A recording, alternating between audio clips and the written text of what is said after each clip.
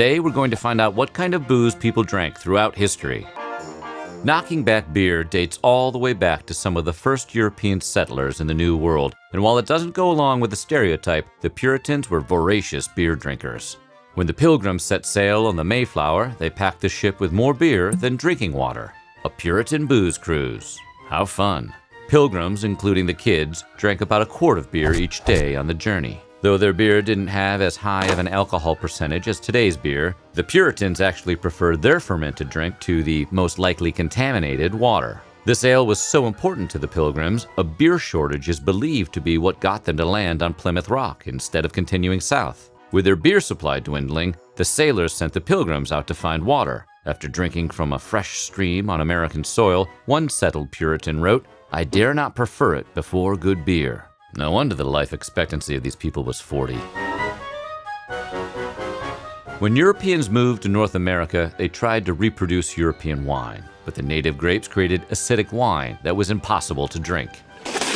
The grapes that the Europeans brought over and tried to harvest failed to grow in the harsher climates of the eastern seaboard. As a result, for centuries, wine had to be imported from Europe. Thomas Jefferson made quite a name for himself in importing these expensive European wines. As with all imports, the high cost of imported European wine meant that only the wealthy Americans could afford to drink. By 1840, less than 3% of wines consumed by Americans were domestic, but that all changed with the gold rush of 1849. When the gold rush blew up, so did California's population. Naturally, most of these settlers became miners, but when they had problems finding gold, they changed careers. Some of the settlers who gave up chasing gold started growing grapes and founding wineries that popularized California wine. By the 1910s, 90% of all wine consumed in the U.S. came from California.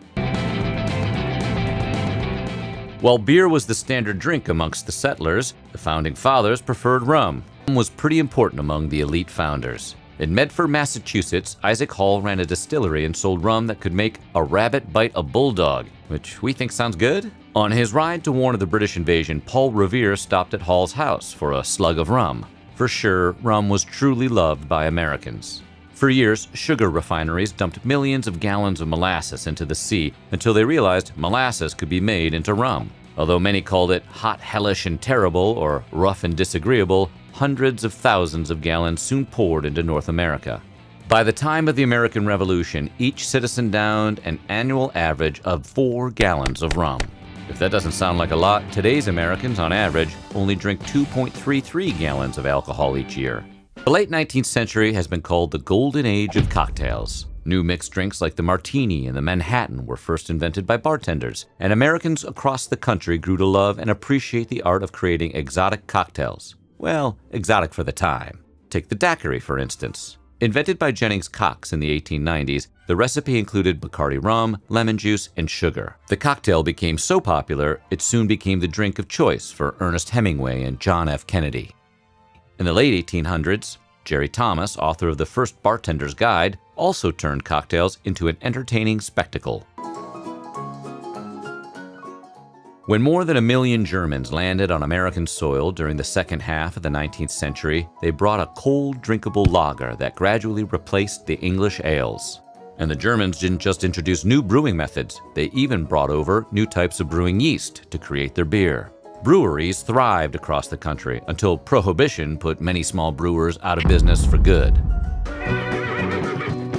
But tequila didn't become popular in America until the late 19th century. In 1893, during the Chicago World's Fair, wealthy Mexican families introduced tequila to a new market. Tequila proved so popular that bootleggers smuggled it across the Mexican border during Prohibition. Known as tequileros, the smugglers packed as many as 50 bottles of it per donkey to cross the border at night. Today, Mexico exports around 70% of its tequila, with about 80% of those exports shipped off to the U.S. On a related note, it was the World's Fair in Chicago that gave Pabst Beer its blue ribbon, and they've been riding that bit of publicity ever since.